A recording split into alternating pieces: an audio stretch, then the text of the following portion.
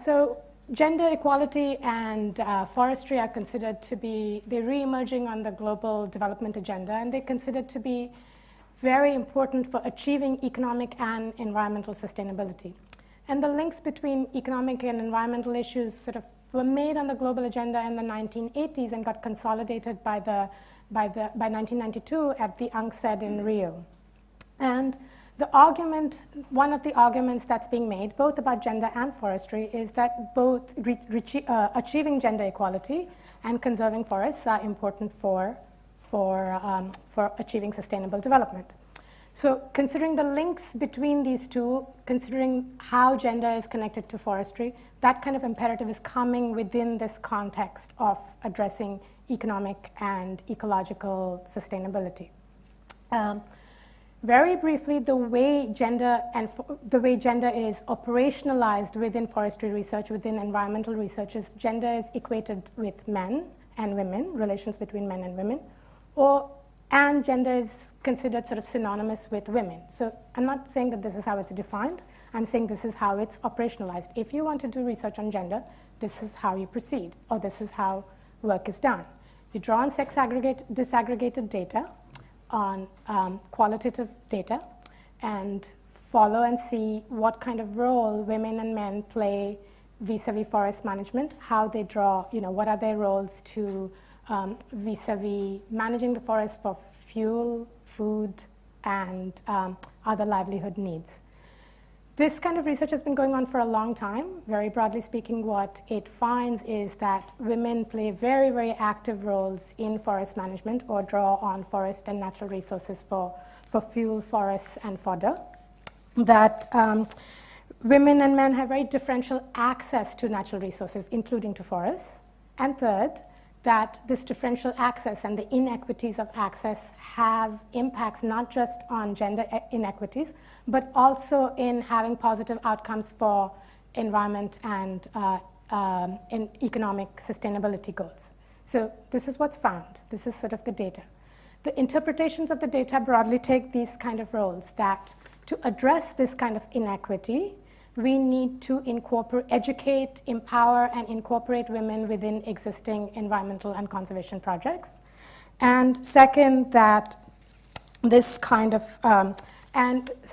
backing up, the inequities, gender inequities, are understood to be, de facto understood to be consequences of local power relations, specifically power relations between men and women. And second, addressing those requires incorporating and empowering women to participate in existing projects or existing approaches to addressing environmental and ecological sustainability.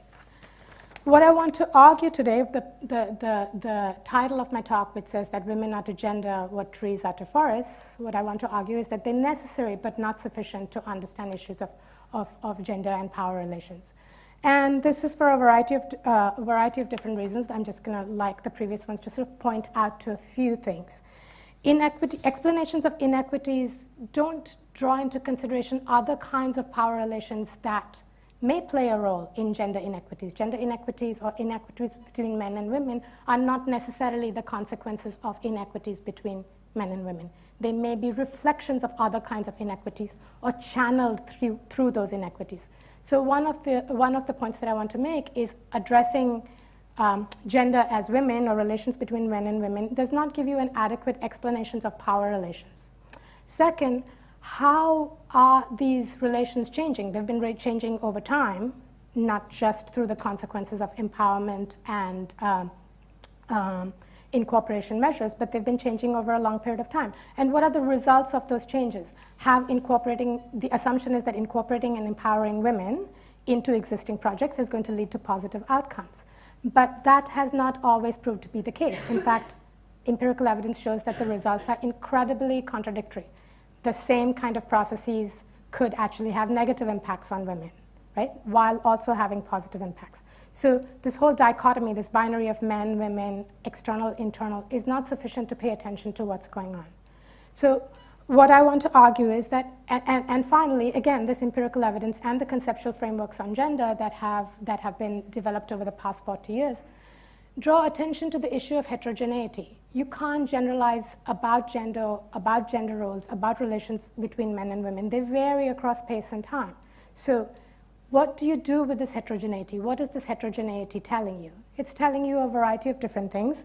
What I want to say is that by paying attention to these heterogeneities, paying attention to gender, or using gender as a lens or as a way of looking at the world, can open up new ways of asking questions and new ways of looking at the world. What is it that we're seeing? What is it that we're not seeing? What is it that we're assuming? What is it that we're not assuming? What is it that what are the consequences of our assumptions? So focusing on the one assumption that we're making, that incorporating women, empowering women to participating existing processes is going to bring about positive outcomes. That assumption does not allow or does not take into consideration our own assumptions, our own positionality, the power relations that might exist between us as researchers and the entities that we're drawing upon. It does not necessarily open up questions for questions about the models that we are using, or models within which of economic and ecological sustainability within which we want to incorporate women. So what I want to argue is paying attention to this heterogeneity, paying attention to the fact that this one model of gender relations doesn't seem to be existing across the board. There are certain kinds of patterns that replicate again and again and again, right? In the West, where arguably gender equity has been achieved, where as many women would be sitting on this podium as men, you would assume that this little microphone would be able to go both ways, but it doesn't. So why is it that certain kinds of patterns stick? And why is it that there are certain kinds of changes? So what I want to argue is that heterogeneity opens up rooms for us to ask different kinds of questions about our social and natural world. And I'll leave it there. I have lots more to say, but I'm just going to leave it there for the moment. Thank you. Thank you. I can say the same thing about, I'm left-handed, and when you have the knife for the fish is only made for the right-handed people, so it's very annoying. Why is it persisting? But let's open the discussion. I mean, a sort of who has something to react and to propose. How can we solve this issue of addressing gender and inequalities in our research about forestry issues?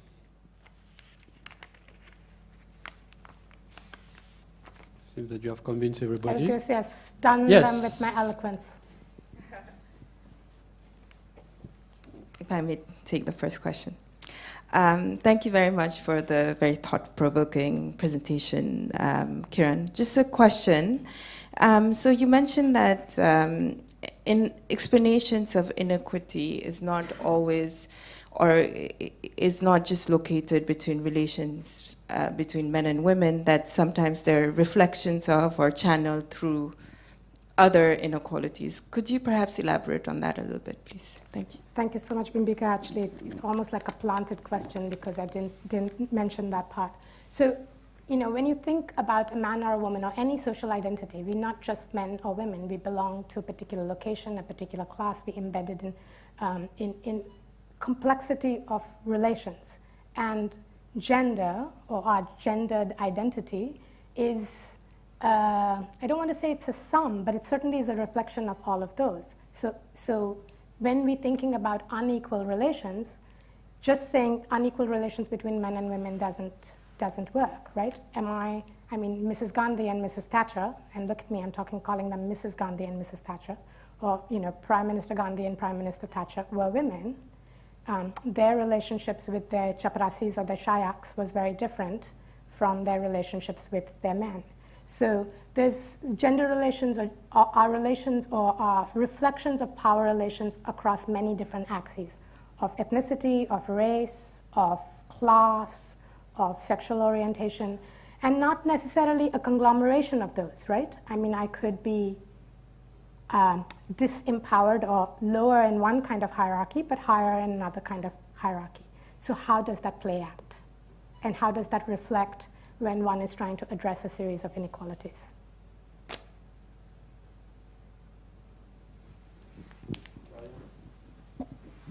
Yeah, thanks for the presentation. There was a time in the 90s, maybe in early 2000s, when the CGIAR had a gender and diversity unit, and the entire emphasis was on gender and diversity, but a lot more emphasis on the diversity than the gender, maybe. And that kind of got lost over the last 10 years. It's become much more of a gender agenda, and I think we've lost sight of a lot of the things that you're trying to raise again. Do you think there's lessons that we can learn going back to what was done at that time and the approaches that were used at that time? Absolutely. I mean, part of, again, what I want to say is that the approaches to gender that are being taken right now, and the work that I did with Annie Shattuck and with Bimbika, looking at through Terry's projects about the role of gender and women in forest and food security, the approaches that are being taken are approaches that sort of, were introduced in the 1970s. Important ones, they're focusing on visibilizing the role of women and gender in these issues. But since then, a lot of work has been done. Since the 1970s, there's been about 40 years of excellent scholarship and excellent research on women, gender, and natural resource management, women, gender, and development. And the current re-emergence of women and gender doesn't seem to be drawing on those lessons.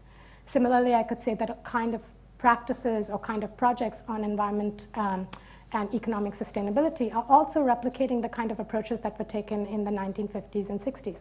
They're not exactly the same, but there seems to be sort of relatively little attention to the lessons of history or lessons of what was done before. So yeah, I would agree absolutely that that we need to pay critical attention to it. Now, where I would, and perhaps somebody's going to ask me this question, so maybe I'm ahead of myself. One of that approach from the 70s with respect to development, with respect to gender, is again the issue of application. How can we apply what we learn to make the world a better place, right? How do you apply something? And again, part of what critical gender scholarship is trying to do is, let's ask questions about this application. Why this imperative of application? What is it that we want to incorporate within what? Can we ask a different kind of question? How did this model emerge? Why is it understood to be a good model? What is good about it and what is not quite working? Is there something within the internal dynamics of the so-called good outcome that is contradictory? So when I say let's go back and learn from history, it's not just applying those lessons of history. That may happen, but we might need to take a step back and ask questions about the questions that we are being asked to ask. Maybe I will ask one myself. I mean, don't you think that we are trying to address, in a sense, two different things? I mean, one is the fact that if you are doing anything about household survey, looking at people, I mean, if you ignore 50% of the potential sample, then it's bad science. There's something wrong in your design. So that's the whole issue of gender disaggregated data and what you can say about that. And there is a lot of that in the CGIAR. And then you have what is happening in the sort of the wider world, where you see that in the OECD country, for the same job, women are still paid 20% less than men, which is, for me, something different in a sense. And I have the feeling that what we are now getting back in our domain is, in fact, is a reaction to the fact that you have these big macro things happening in general, that women are less paid than men for the same job, that women are less represented than men in corporate board, that women are less represented than men in assembly policy arena. And in the end, it has very little to do, in fact, with the power relationship at the household level or at the village level, and how you understand that. So part of what the sex disaggregated data is trying to do, and I think it's important, is because it's trying to say, what kind of patterns do you see? So you actually, helping me remake the point that I started making is that the sex disaggregated data is giving you some sense of the patterns, but it's also pointing out the gaps in the patterns or the kind of things that this particular relations or these particular household data does not reveal. What is the role of broader structures? What is the role of if you were to expand the household to a corporation or an institute, So for instance, if we were to collect this kind of sex disaggregated data or other kind of disaggregated data at a variety of different institutions, what would it reveal? Would there be same kinds of patterns? Are there other kinds of patterns? Could you overlap them? Could you, what is the quantitative information going to show you? And what are some of the things that don't appear? Like, again, I didn't think about this microphone. This was not the point I was going to make. But it's interesting that this microphone is structured in a particular kind of way. So what I want to say is that let's ask those kinds of questions and pay attention to the contradictory answers that those questions might give us. And let's pay attention to the stickiness. Why is it that it continues to stick? Is it that we're doing something wrong? Is it because it's really, really hard to change? And I think that, at the open tables discussions that I've been having over the last year, the discussion about gender was one of the most difficult ones to have. You can discuss forests, you can discuss households, you can discuss climate change, but all of us have a gender and we're all very immediately embedded in these kinds of relationships that are very, very contradictory.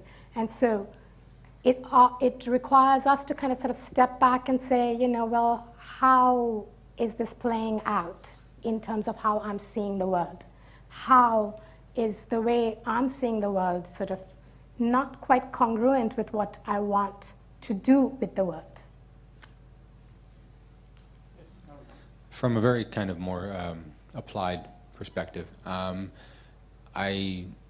sometimes it's a bit of a frustration that because these issues are so complex, we tend to use very simplistic measurements of what is a gender appropriate approach, whether it's gender sensitive, gender empowering, gender transformative, and very in terms of like recommendations for our research kind of design at C4, for example.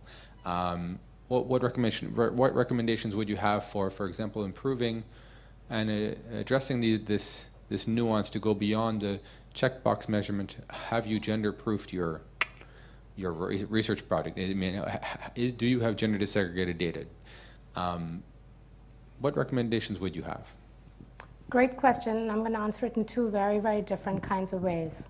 On the one hand, notice it. I mean, gender and forestry. I was at a conference in mid-January at a forestry conference, and 98% of the panelists were men.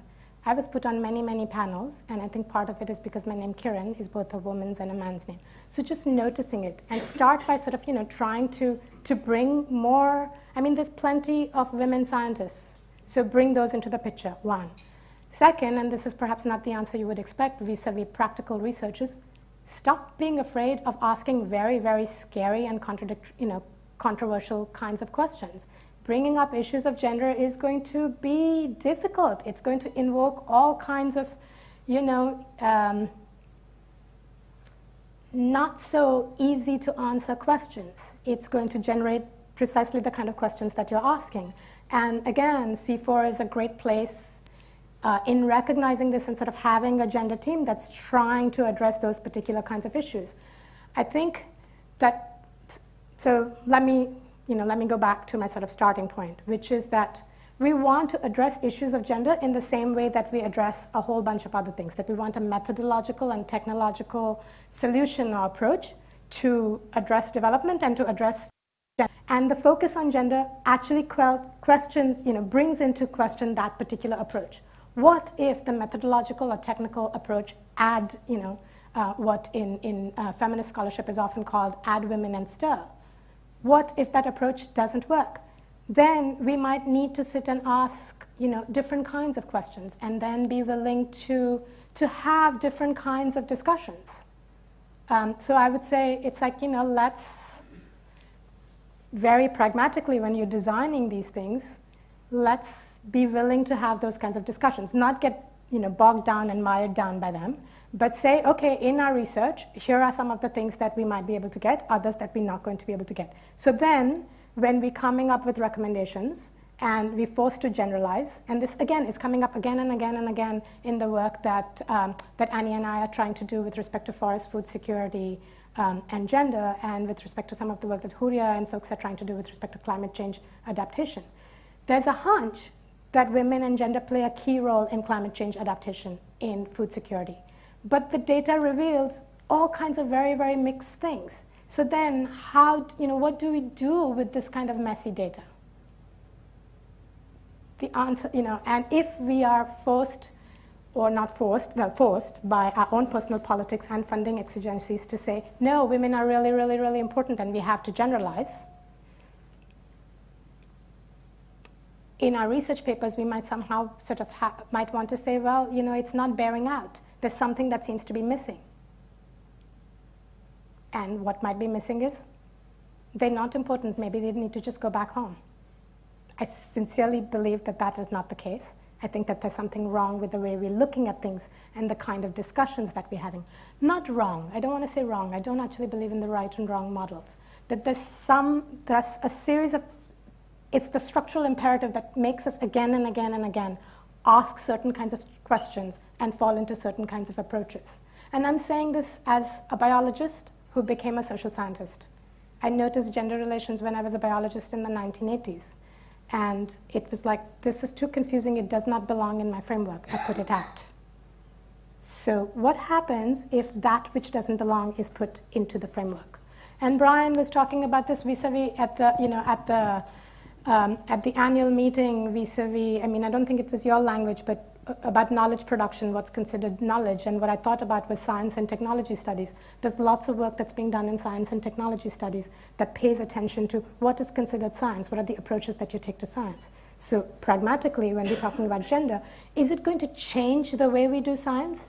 Is it going to change the way we think about what science is supposed to do? Yeah, can I just follow up Robert's question earlier of the sort of the two objectives of the gender focus and gender approaches. One of it is we need to understand gender roles, the distribution of benefits and opportunities in order to manage forests more effectively. But the other, the women's empowerment and all of the power structure issues that you're talking about, is the right point of intervention forestry research? The right point, well, let's start with the word intervention. Intervention where? I think actually, yes, the right point of intervention is forestry research and all other kinds of intervention. But what's the locus or loci of intervention? That's where I would want to sort of turn the lens and say, is the intervention supposed to be just out there? What if we change the intervention, the loci of intervention inwards? What is it that foresters and forestry might learn from paying attention to gender dynamics or the lack of gender dynamics in forestry research? So I would say yes, absolutely. It's all those loci. You don't seem convinced. Well, I think you're coming back to the first objective. Let's understand how people manage forests and what do we need to know in order to improve that. But the other side, the dealing with power differentials and actual empowerment of women, how do we get there through a forestry research avenue? That's what I mean by what do we do differently that's actually going to empower women through the forestry side? We could perhaps start by listening to, how do they define forests? How do they manage forests? Are the different kinds of management strategies that are being proposed right now for forestry research actually disempowering women? Is it actually, removing, again, Amy's proposing to do some research on, and again, look, the answer is not going to be, it's not necessarily going to be same across loci. You might be managing a forest for economic productivity, economic growth, with the assumption that it's going to trickle down to development. But perhaps those precise strategies, in fact, the early 1970s work done by a Danish economist, Esther Bostrup, who was looking at women's role in agricultural productivity, found that development interventions actually had an extremely negative impact on women's empowerment, that women were actually controlling a lot of resources, played key role in economic production measures, but development interventions invisibilized their roles and